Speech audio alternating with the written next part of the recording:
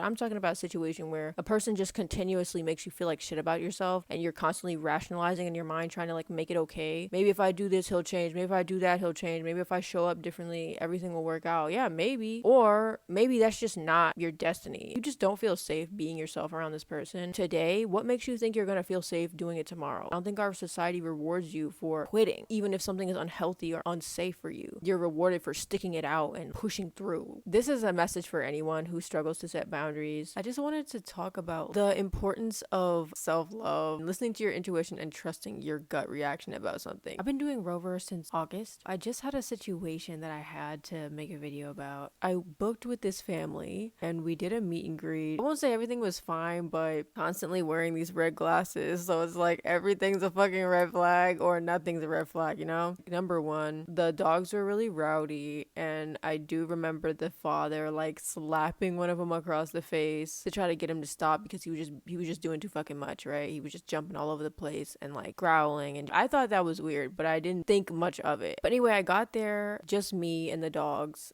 And like, I don't know, the dogs were just very rambunctious and they like to play. And I don't think they realize that they're as big and muscular as they are. They're boxer dogs for context. You know, one of them has severe anxiety and they didn't say anything about him. The one that they were trying to get to stop all night long, like he wasn't causing the problems. It was the one with the anxiety was jumping all on me, biting me, scratching me numerous times. I tried to tell him to stop, he wouldn't stop. Like he would literally launch at me from the floor. He would just like bite my ass.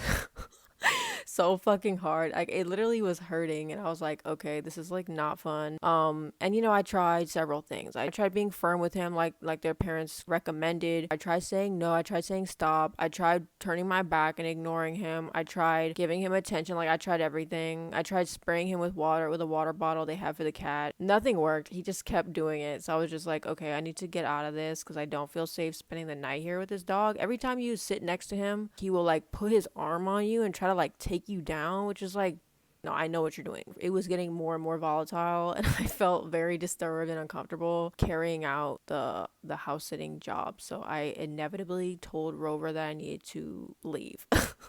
So I made arrangements with the emergency contact because the parents are out of town and could not answer the phone. So I was like, okay, let me just talk to their son, and like he said he would take over, so that's cool, right? I just wanted to say, like, you need to trust your gut instinct. Like if something is not making you feel comfortable, and I was just like listening to myself talk to the Rover representative, like, how do you recommend I deal with this? And it's like, just trust your gut, sweetheart. Kept trying to gaslight myself, like, no, it's fine, like just try something different next time with the dog, maybe he'll change. And then I was just like, you know, this is how he was raised and he's not gonna change. Maybe I can't fix this, maybe, but like, do you want to put yourself through this if the animal is making you feel uncomfortable? And I just wanted to briefly add a point here about getting out of toxic situationships that may not be abusive, but they're just not like, you know, the best thing for you. A lot of times when we make a commitment, especially as high achieving women, when we make a commitment to something, we want it to work out. We want to do what we said we were going to do. We want to follow through, but sometimes things are just not for you. I've been in a toxic situationship or just like an energy draining situationship for several months and possibly years, trying to make a situation work with a certain person that just isn't working. Like, and I made a video about how I tried to manifest this person over and over and over and over and over again. It just like doesn't work because it's not for me. You can easily become delusional with these spiritual tools and topics. It was so hard for me to accept that it's not for me simply because I wanted it to be for me, simply because I wanted it to work. I've seen so many true crime stories where the girl is talking about this guy and she's trying to fix it and make it work, and he's showing red flags, but she's like immune to it because she has her own baggage, her own like stuff going on, and she's just not paying attention. I literally was doing that for so long, bro. Like if you have to downgrade your personality or downgrade your progress to make something work with somebody, that's not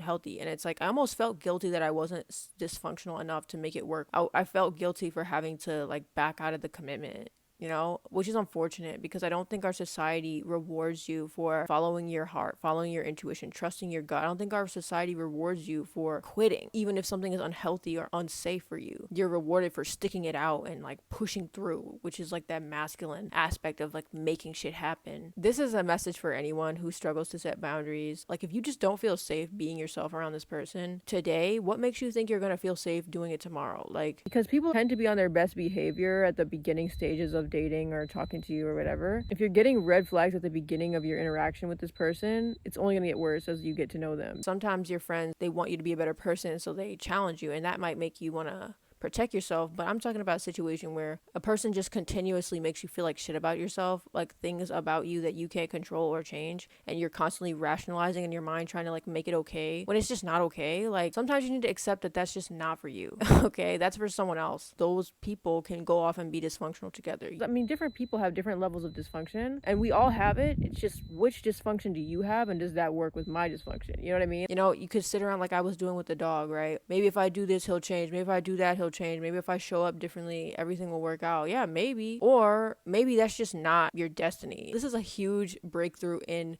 character development for me, because I used to be the type of person, I was like a hardcore people pleaser. I would just like suck it up and internalize it the whole time. But this is really character development. This is proof of what is possible. If you are someone who's feeling like you struggle to set boundaries, you struggle with self-love, self-esteem, you struggle to say no or to walk away from things that are not serving you, it never crossed my mind like the money or like the scarcity of, if I lose this gig, I need to get paid some other way. Like, because as soon as I quit that shit, somebody else messaged me and said, hey, can you watch my dog last minute?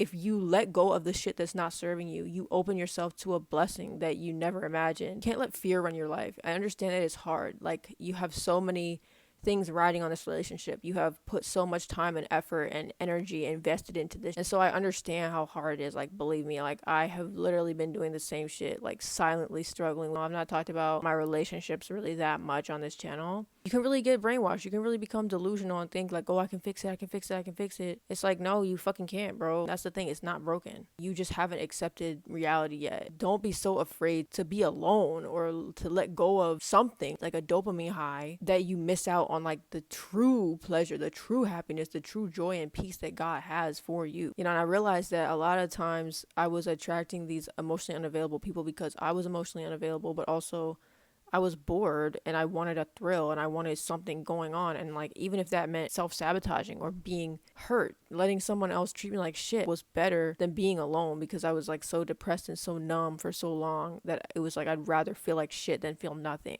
You know, you gotta get to that point, you know, where you actually know how you want to feel, like internally, and you are willing to protect that feeling. I know the people that make me feel good, and I want to be around them because I value that feeling more than I value all of the external things that I'm trying to go after. Yeah, like you shouldn't have to shapeshift all the time to make it work with a person. If you have to do that, then that's not who you're meant to be with. You guys could be good acquaintances or peers or colleagues, but you're not gonna make a relationship work with somebody that you have to constantly wordsmith or tiptoe around their triggers. Like, that's just not gonna work long term. And I like, it's harsh, it's a harsh reality. Like, oh wait, he can change, anybody can change. Like, girl, I'm in like the personal development space. Like, I love this shit because a big part of my psyche relied upon the idea that people can change. But the reality is, like, some things are not destined. Even if they are, they're not gonna happen on your timeline. Yeah, maybe he can change, but let him go on his own journey. Like, just let go of him. Yeah, like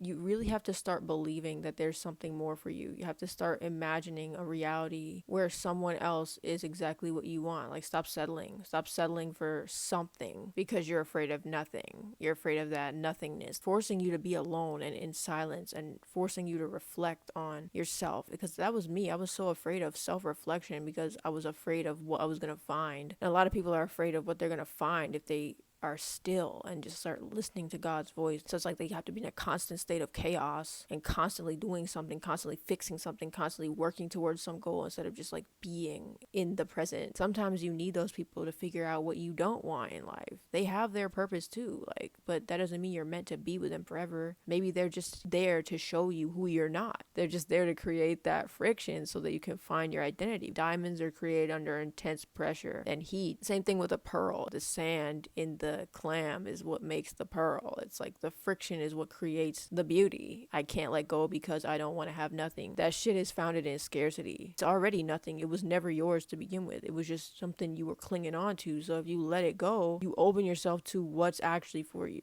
If you prioritize your peace, you will be rewarded. Don't be afraid to walk away from stuff that doesn't serve you anymore. Don't be afraid to set boundaries, to trust your gut, to tune into your body. Does this make me feel weird? It makes me feel weird. I'm not doing it. It's hard to let go So, but any moment is an opportunity to flip the script, you know? You still have time. You still have a chance to fucking walk away. I don't know, you just get to a certain point where like, I don't want any more projects. Like, I just want things to work out.